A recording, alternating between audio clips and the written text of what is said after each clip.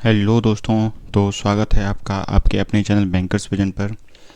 जैसा कि आप देख पा रहे हैं, आज हम बात करने वाले हैं कि जो ऑफिसर ग्रेड की 600 से प्लस जो हमारी वैकेंसी निकली हैं अपेक्स बैंक में, जो कि अलग अलग डीसीसीबी में जो वैकेंसी हैं, कई सारी पोस्टों के लिए वैकेंसी निकली हैं, उसकी क्या वर्क प्रोफाइल रहती है। आज हम 2 से 3 पोस्टों की वर्क प्रोफाइल के ऊपर डिस्कस करेंगे कि इनका मेनली क्या काम रहता है, कहाँ पर इनकी पोस्टिंग हो सकती है।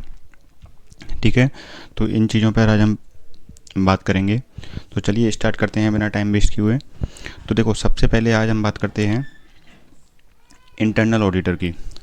देखो, जो इंटरनल ऑडिटर वाली पोस्ट है, इसकी देखो जो पोस्टिंग रहती है, यदि मैं पोस्टिंग की बात करूं इसकी, तो इसकी जो पोस्टिंग रहती है मेनली ये इसकी हेड ऑफिस में पोस्टिंग रहती है।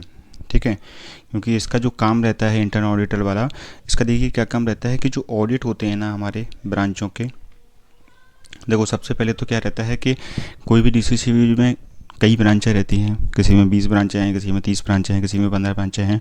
तो अलग अलग ब्रांचों के मैनेजर्स को एक दूसरी ब्रांचों में, जैसे कोई एक ब्रांच ये है, एक ब्रांच ये है, तो देखो क्या रहता है कि इसके ब्रांच मैनेजर को इसका ऑर्डर करने के लिए बोला जाता है, इसके ब्रांच मैनेजर को इसका ऑर्डर करने के लिए बोला जाता है। ऐसी कई ब्रांचें रहती हैं, तो ब्रांच मैनेजरों को एक दूसरी ब्रांचों में मतलब निरीक्षण के लिए जाना रहता है। ठीक है, तो एक तो जो उसका वितरण रहता है कि मतलब कौन सा ब्रांच मैनेजर किस ब्रांच में निरीक्षण करने के लिए जाएगा, ये काम किसका रहता है, इंटरनल ऑडिटर का रहता है।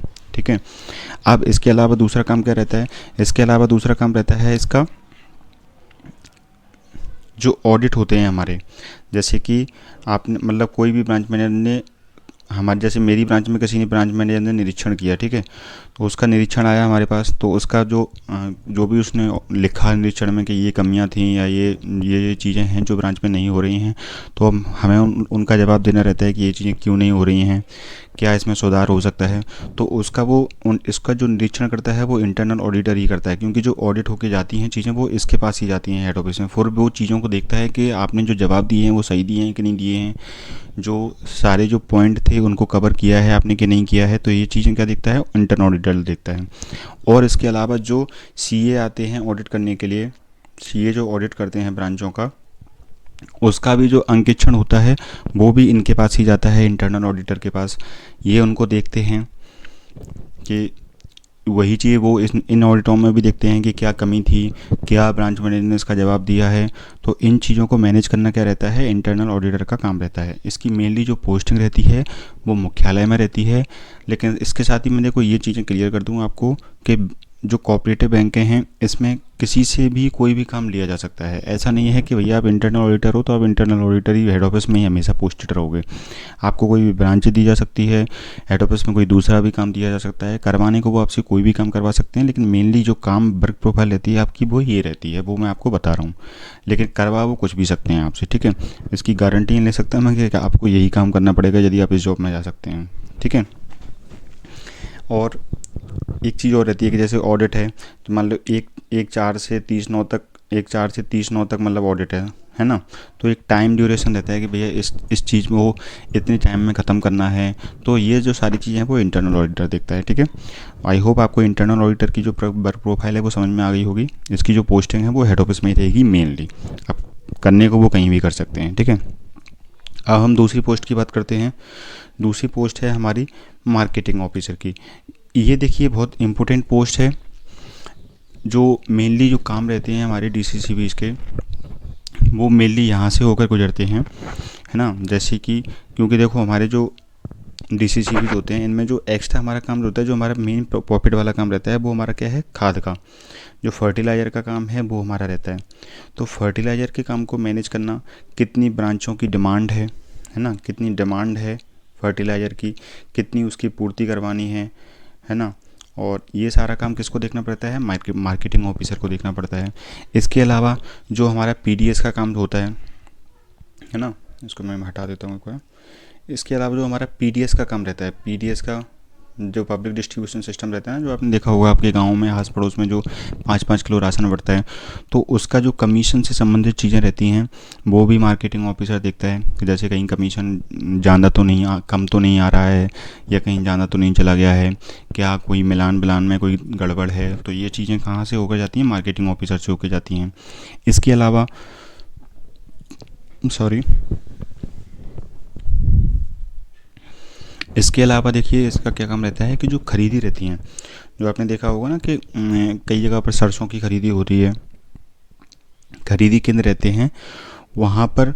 जैसे कि लोगों ने रजिस्ट्रेशन करवाए, तो रजिस्ट्रेशन में कुछ ऐसे किसान भी रहते हैं जो हमारे डीसीसीबी से कर्जा लिए रहते हैं, है ना, हमारे ऋणी रहते हैं वो। तो उनको उनका जो कर्जा है वो खरीदी केंद्रों से उनको चढ़वाना, कि मतलब उनका कितना कर्जा है, कितना उनसे कटौती होनी है, ये सब चीज़ें कौन देखता है? मार्केटिंग ऑफिसर देखता है। तो जो इम्पोर्टेंट काम रहते हैं हमारे डीसीसीबीज के, वो मार्केटिंग ऑफिसर को देखने रहते हैं, है ना।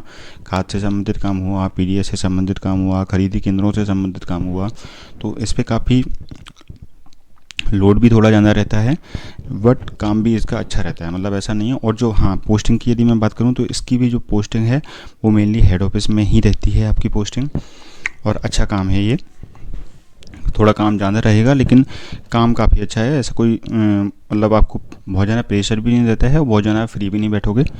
मेन नॉर्मली आपका काम चलता रहेगा, क्योंकि देखो ये खरीदी है, ये साल भर तो चलती नहीं है, कुछ टाइम के लिए चलती है। पीडीएस कमीशन मतलब हर किसी का ऐसा नहीं है कि हर किसी का मतलब कोई गड़बड़ी हो, तो चीज़ें मिलान में भी कभी कभी चीज़ें आती रहती हैं। बस खाद का रहता है, तो खाद का 4 से 6 महीने के लिए चलता रहता है। तो कुल मिला के 6 महीने 7 महीने मतलब जाना थोड़ा काम रहता है, उसके अलावा 2-3 महीने आप इतना ज़्यादा वर्कलोड आपके पास नहीं रहेगा। तो मार्केटिंग ऑफिसर के जो वर्क प्रोफाइल है आई होप आपको समझ में आ गई होंगी, ठीक है।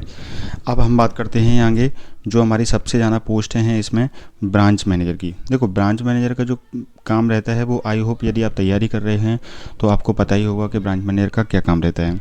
अब देखो पहली बात तो इसकी यदि पोस्टिंग की बात की जाए तो इसकी पोस्टिंग पूरे ज़िले में कहीं भी की जा सकती है, कोई भी ब्रांच इसको दी जा सकती है। ब्रांच दी जा सकती है इसका मतलब ये नहीं है कि इसका पोस्टिंग कभी हेड ऑफिस में भी नहीं होगी। तो देखो कोऑपरेटिव में मैं आपको पहले भी बता चुका हूँ, ऐसा कोई नहीं, ऐसा कुछ नहीं है कि भैया आप कंप्यूटर प्रोग्रामर हो या कोई वो हो तो आपको ब्रांच नहीं दी जाएगी कि आप हमेशा हेड ऑफिस में रहेंगे, ऐसा कुछ नहीं है। यदि आपसे कोई प्रॉब्लम हुई लोगों को तो आपको ब्रांच में भी पटक दिया जा सकता है, ठीक है। और आप सही चलते रहोगे तो कोई दिक्कत नहीं है। आप एक कहो तो एक ही जगह पर आप 5-5 साल काट दो, कोई दिक्कत नहीं है, 10-10 साल काट दो, है ना। तो ये चीज़ें कोऑपरेटिव में होती हैं। तो देखो ब्रांच मैनेजर की जो मेनली पोस्टिंग रहेगी वो तो ब्रांचों में ही रहेगी, आपको ये चीज़ ना समझ में आती होंगी। ये ब्रांच मैनेजर है तो वो तो ब्रांच में ही रहेगा, लेकिन हेड ऑफिस में भी इसकी पोस्टिंग दी जा सकती है। ऐसा कोई यदि हेड ऑफिस में ज़रूरत होगी तो वहाँ पर भी बुला सकते हैं। अब देखो जो ब्रांच मैनेजर है उसका यहाँ पर मेन काम क्या रहता है, उसके देखो काम की बात की जाए तो सबसे पहले तो ब्रांच को मैनेज करना, क्योंकि उसका नाम ही है ब्रांच मैनेजर। तो ब्रांच को मैनेज करना, ब्रांच में क्या चीज़ें होनी चाहिए, किस तरीके से काम होना चाहिए, ये किसको देखना रहता है? ब्रांच मैनेजर को देखना रहता है।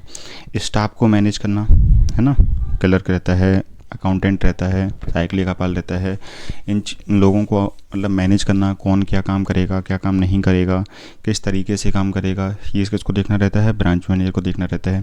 इसके अलावा कोई भी ब्रांच से जो हमारी सोसाइटी संबंधित रहती हैं, कोई भी ब्रांच होगा उससे क्या रहेंगी? सोसाइटी संबंधित रहेंगी। तो सोसाइटी मैनेजर को भी इनको ही देखना रहता है कि क्या काम कर रहे हैं, किस तरीके से खाद का वितरण होना चाहिए, किस तरीके से पीडीएस का वितरण हो रहा है। तो ये काम कौन देखता है? ब्रांच मैनेजर देखता है। कुल मिला के ब्रांच से संबंधित जो भी चीज़ें रहती हैं तो वो क्या रहती हैं? ब्रांच मैनेजर को करनी रहती हैं, है ना। जैसे कोई भी जानकारी मंगाई हेड ऑफिस से तो ब्रांच मैनेजर की जिम्मेदारी रहती है उसको बना के भेजना। कोई भी ब्रांच में गड़बड़ हुई तो उसकी जिम्मेदारी भी किसकी रहती है? बीएम की रहती है।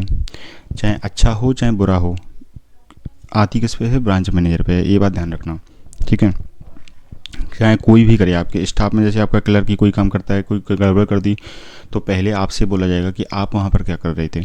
कोई सोसाइटी मैनेजर ने कुछ गड़बड़ कर दी तो पहले आपसे बोला जाएगा कि आप वहाँ पर क्या कर रहे थे। तो ब्रांच मैनेजर ब्रांच का हेड है, मुखिया है, ठीक है। तो जो भी अच्छा होगा बुरा होगा घर में तो किसके लिए कौन होगा उसका जिम्मेदार? ब्रांच मैनेजर होगा सबसे पहले, उसके बाद कोई दूसरी स्टाफ पे बात जाएगी, ठीक है। तो आई होप ब्रांच मैनेजर का आप पहले से काम जानते होंगे और जो मैंने बताया आपको वो चीज़ समझ में आई होंगी। आज मैंने 3 पोस्टों का आपको वर्क प्रोफाइल बताया है। इसके अलावा आपको कोई अदर पोस्ट का वर्क प्रोफाइल जानना है तो आप कमेंट सेक्शन में मुझे बता सकते हैं। जिसका जहाँ सबसे ज़्यादा कमेंट आएंगे जिस पोस्ट के लिए, उसको मैं सबसे पहले बता दूंगा।